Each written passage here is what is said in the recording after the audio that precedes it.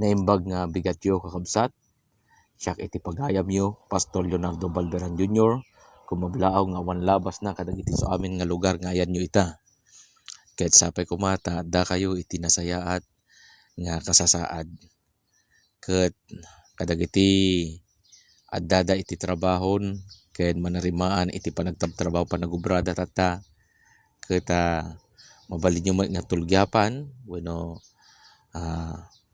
no mabalbalin, no ginana kayo, mabalin nyo nga dinggen, dahito'y kakabsat, programa tayo ita. Bueno, ada tayo iti Complete in Jesus Church. Kahit iti dahito'y nga gundaway, itultuloy ko iti balakad, ken ababa nga mensahe, kadag iti agdingag, partikular kadag iti papagayam tayo, nga interesado iti napudno nga ebanghelyo. Okay?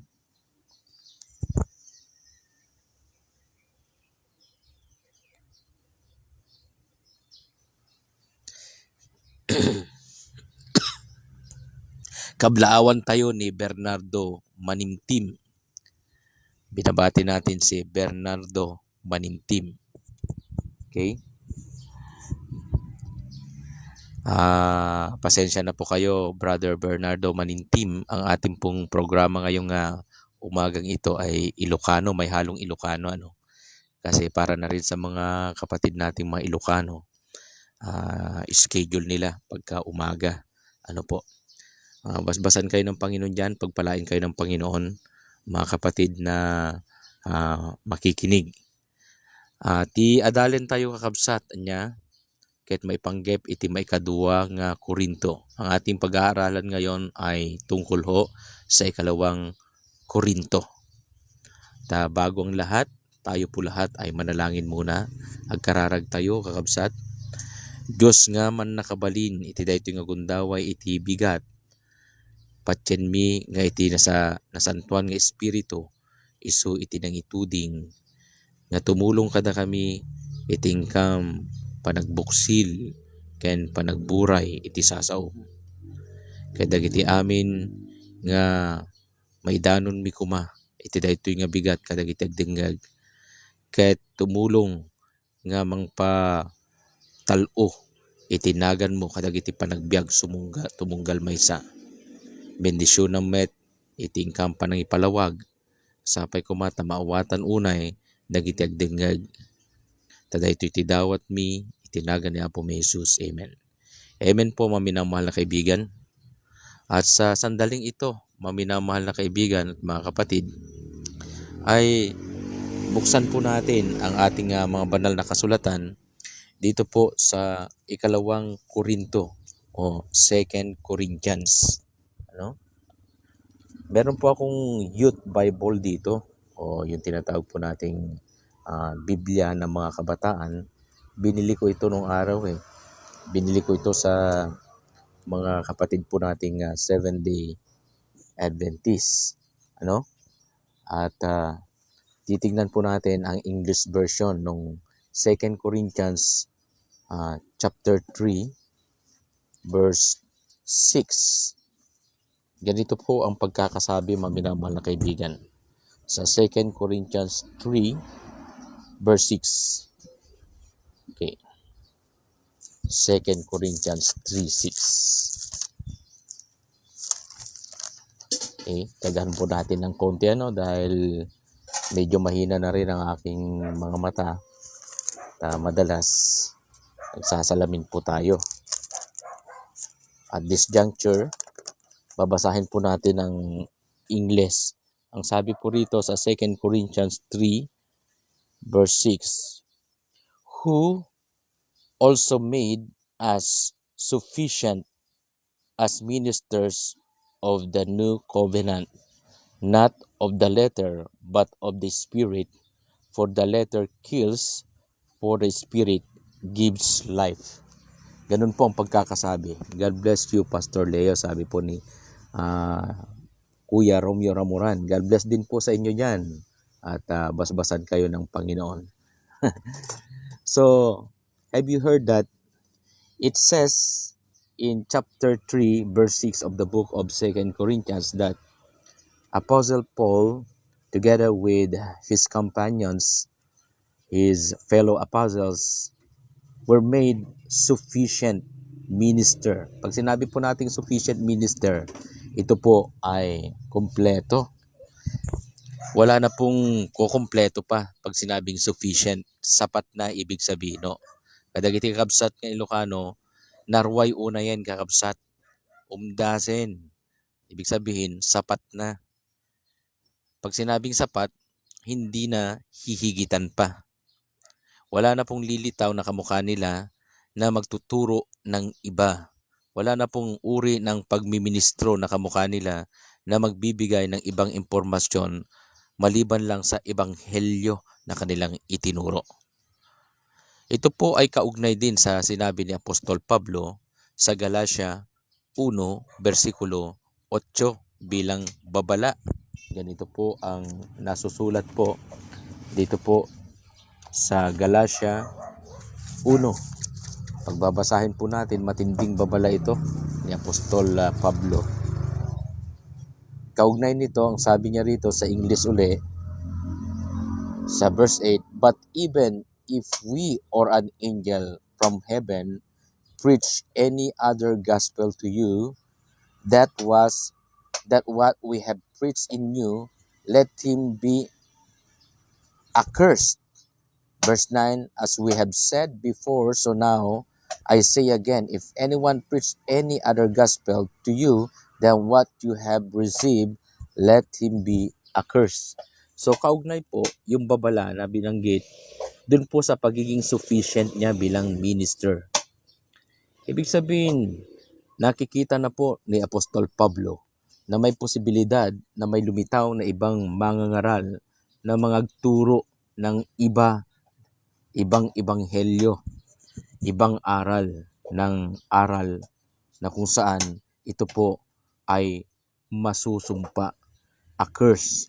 Kaya ito yung absat nga Ilocano, dagito yung adal nga ebanghelyo nga nakamati ni Apostol Pablo ay tinakabsat ket mailunod da dagitoy apay saan akas iti ebanghelyong nyadal ni Apostol Pablo. Yun po sinasabi po rito, mga minamahal na kaibigan. So, gusto po nating mag-dwell, we wanna dwell with the word sufficient.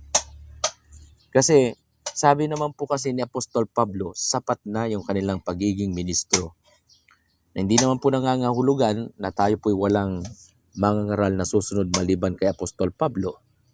Ang sinasabi at binabanggit dito, what Apostle Paul would try to say is that anyone who will be preaching other than they already had preached to them will not be accepted and should not be accepted by the Christians community. The Christians community referring to is none other than the Corinth insofar that 2 Corinthians is concerned.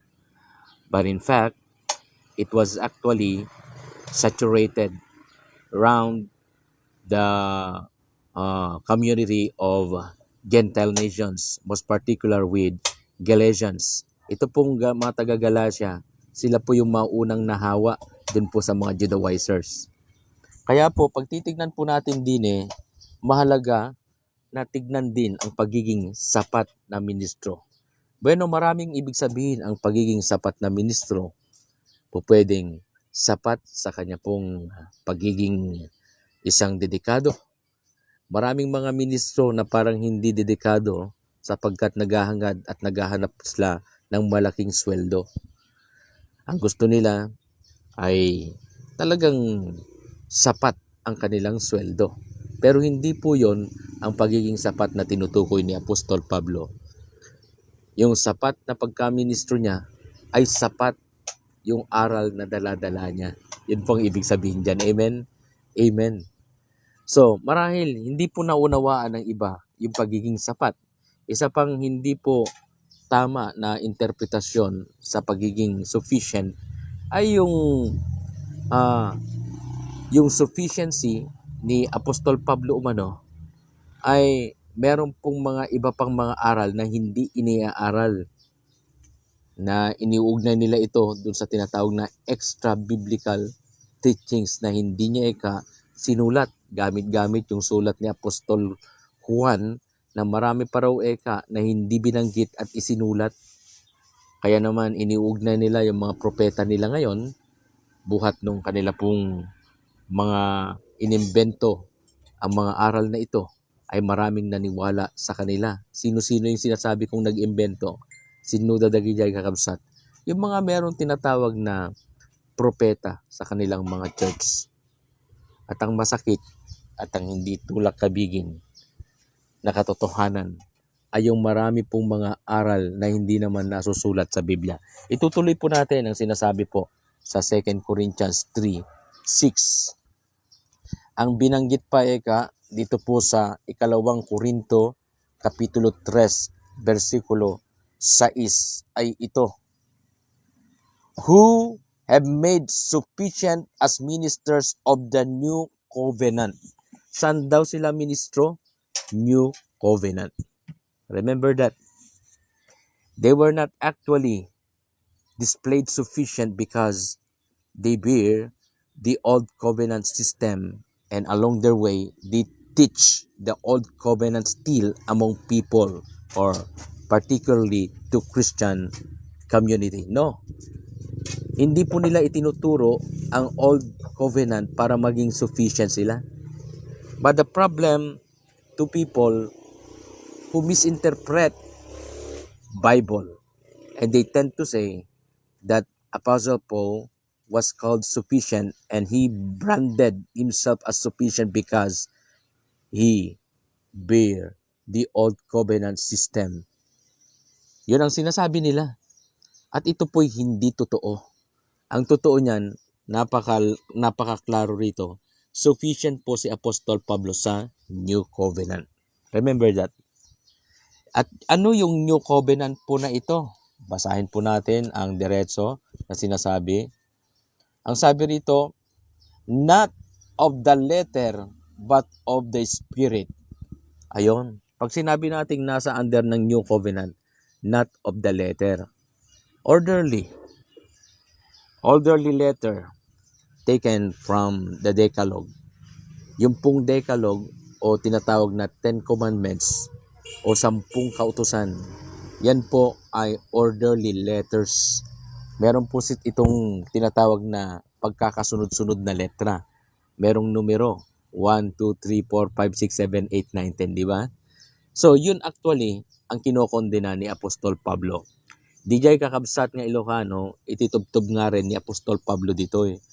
Ngamin, nagrakura ken dagiti mangitudtudo nga dagiti Kristiyano at dadapay lahing iti uneg iti Old Covenant system. Para sa mga Ilocano natin, kinakausap po kayo ng inyong abang lingkod.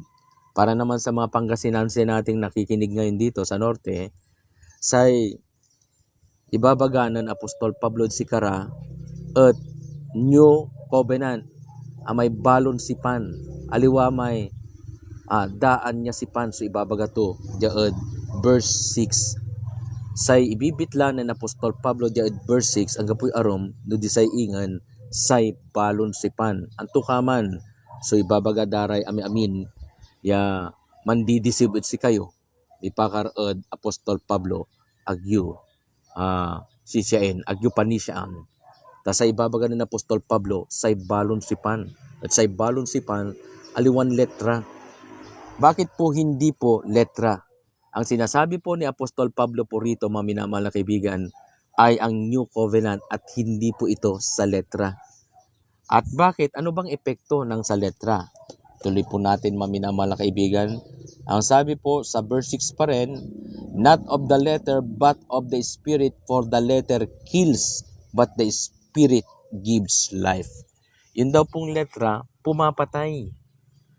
Bakit po ito pumapatay? Wala naman itong buhay. Yung pagpapailalim sa naturang requirement ito ay hindi masunod-sunod at hindi matupad-tupad ng sino man. Tama rin si Apostol Pablo nang banggitin niya sa Roma 3:23, all have sinned and fall short unto the glory of God. Ano raw? Lahat ay hindi po nakatupad. Kaya naman pala ito, pumapatay dahil hindi natutupad. At ano ang hindi pagtupad? Anong resulta? Ano po ang resulta ng hindi pagtupad?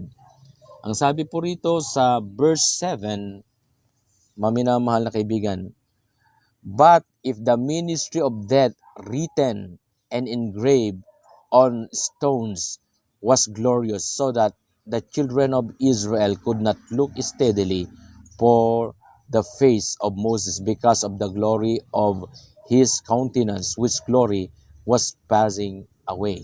Ano raw po? The ministry of death. The Decalogue, or none other than the Ten Commandments, was actually clearly classified and branded by Apostle Paul as the ministry of death. What does it mean when the ministry of death is being branded by Apostle Paul with that, the Decalogue or the Ten Commandments? It means the Ten Commandments will no longer valid for Christians, because if you're going to be under the Ten Commandments still, and if you're going to still be administered by the Ten Commandments, you will not be successful in doing so, in obeying it so. Why? Kasi nga hindi ito natutupad. Take it for instance, the Sabbath. Remember the Sabbath day to keep it holy. O meron bang nakakasunod ng Sabbath? And sadly, ang sinasabing hindi pagsunod ng Sabbath, insofar that the old covenant is concerned, had a very bitter punishment. And what is that punishment all about? It is death. Ito po'y kamatayan. According to Exodus 31 verse 14, whosoever fail to keep the Sabbath and be caught and not keeping the Sabbath, it will be put into death. Lahat po ng hindi makakasunod sa Sabbath ay papatayin. Kasama na dyan yung hindi po pagsisiga, yung hindi po pagtatrabaho ng anuman, ikaw at ang iyong pamilya. Bawal din bumili, bawal din ang magbenta. So, hindi yan nasusunod kahit sa panahon ngayon. Sa mga panahon ngayon, lalo nang hindi nasusunod yan because we are no longer at the ancient age. We are now in a modern period of time where we cannot escape from any possibility na magkaroon po ng trabaho tuwing Saturday. O di ba? Yung mga pastor na pupunta sa malayong lugar, sila po ay naggagasolina. O di ba? Yung mga membro na nagluluto ng pagkain tuwing patlak, sila po ay nagluluto. Mainit-init pa, eka nga. O di ba? Kaya wala pong sino man ang makasusunod po ng Old Covenant ways. But if you're going to tend saying and telling publicly that you are keeping the Sabbath, that is a big lie. Ito po'y malaki pong kasinungalingan. So that sa mga panahon ngayon, we are no longer under the Old Covenant system. Christians will no longer be under the Old Covenant system because the Old Covenant system met already its intent, and the very intent of the Old Covenant system is to proclaim Jesus at the cross. Nangyari na po ang katapusan o pagwawakas ng Old Covenant because of Jesus at the cross. Meaning to say, Jesus ends the Old Covenant. Jesus ends the Ten Commandments administration. He ended already the Old Covenant and its law. Tignan po natin ang sinasabi po sa Roma 10 versikulo 4. Ganito pong sinasabi. Romans chapter 10:4 clearly says, ang sabi rito, for Christ is the end of the law. Christ is the end of the law for the righteousness of everyone who believes. Unless Jesus Christ is considered by you ended the law already, you will not be realized the righteousness prepared by heaven. Ano pong sinasabi ko? Pag hindi mo nakita at hindi mo nakilala si Kristo bilang nagwakas ng kautusang luma, ay hindi mo rin po makikita ang inihandang katuwiran ng langit. Bakit ko po sinasabi yan? Because everything has the time. Huwag kayong maniwala po doon sa sinasabi po ng mga minamahal po nating mga Sabadista nang sabi, hindi raw nagbabago ang Panginoon, hindi siya nagbabago ng panahon, hindi siya nag-aalis ng kautusan, gamit-gamit yung malakyas stress sa is, araramatin da dijay malakyas stress sa is, ket saan mga dijay, iti kaipapanan na dijay malakyas stress sa is, tidagdakamatin na nga, hangag baliw a Diyos, ket dijay relasyon ni Apo Diyos, ket ni Jacob, hangag dijay linteg, ni Apo Diyos, mangbalbaliw isuna. Ang Panginoong Diyos ay nag-iiba din ito. May para sa panahong ganito, may para sa panahong ganyan. Tignan po natin ang sinasabi, Ilocano version. Tignan nga natin sa Daniel 2:21. Okay. Ganitong sinasabi sa Daniel 2, versikulo 21. Sa Daniel 2:21, ket isu pagbalbaliwan na dagiti panpanawen ken dagiti natudingan a panawen mangkat ken mangisaad kadagiti ar-ari mangted ti sirib kadagiti mamasirib ken pannakaammo kadagiti makaawat. Anong ibig sabihin nun? Ang sinasabi po rito na si Jesus na ang Panginoong Diyos ay nag-aalis ng mga panahon at mga panahon o nag-iiba mangbalbaliw iti panawen.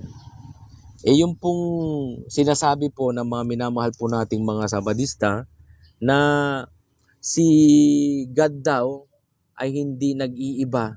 Hindi ho, nag-iiba siya ng mga dapat ibahin. At kung yung sinasabi naman po na yung Pope daw, siya po ang nag-iba ng panahon, that is not true. The very meaning of Daniel 7:25 was not anchored with that the Pope who will be standing later as the highest leader among all leaders in the world. No, there would no longer be a one world government to come. Wala na pong mangyayaring one world government. If you are going to study the whole chapter of chapter 2 of the book of Daniel, wala pong sinasabi pong one world government na mangyayari. Ang una, merong Babylonia. Ang ikalawa, merong Medo-Persian Empire. Ang ikatlo, may Macedonia. Ang ikaapat, may Roma. At yung ikalima, hindi na po ito magkakasundo. At hanggang meron pong final na hindi po mabitak-bitak at hindi madurog-durog na bato. At yung bato na yon ang dudurog sa lahat. Walang iba kundi ang Panginoong Hesukristo. Siya ang buhay na bato. 1 Peter 2 verse 4. We'll no longer be anticipating as Christians for that coming the one world government to come. Hindi po tayo naniniwala na mayroong one world government because ang finality ng gobyerno, ang finality ng paghahari ay walang iba kundi sa Panginoong Hesukristo. It was actually declared by Jesus Christ when He told His disciples to believe in Matthew 28 verse 18 that everything is given to Him. Lahat ng pamahalaan ay naibigay na sa akin. At yun nga po ang reigning ng New Covenant System. New Covenant System. Bueno, mga minamahal na kaibigan, sana po naintindihan ninyo. At ito po ang ating pong pagtatapos.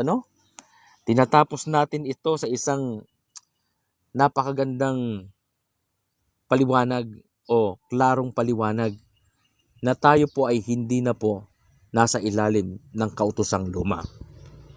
If we are going to insist na tayo po ay nasa kautosang luma, ito po ay malaki pong kasinungalingan hindi lamang sa iba kundi sa ating sarili mismo. Tayo po ay binili ng Panginoon sa isang halagang hindi po matatawaran at mababayaran. Hindi niya tayo nais maipahamak sa isang tuloy-tuloy na kautosang tapos na naipako sa krus. Ang totoo niyan, mga minamahal na kaibigan, sapat na ang Panginoong Hesukristo sa atin bilang Kristiyano. Kayo ho ang aking tatanungin. Naniniwala po ba kayo na sapat na si Kristo sa inyo? Maaring sabihin ninyo, dapat may dokumento.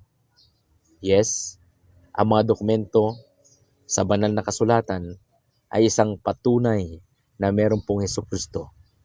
Pero hindi tayo inuutusan na bumalik sa dokumentong luma para tayo magpasakop doon, na yun ang Old Covenant. Tayo po ay dinala ng Panginoong Hesus sa kanyang piling mismo at sa ilalim ng kanyang piling, nagsama-sama tayo sa isang katawan niya.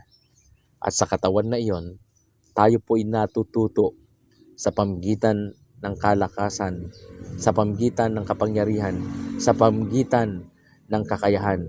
Hindi natin, kundi kakayahan niya.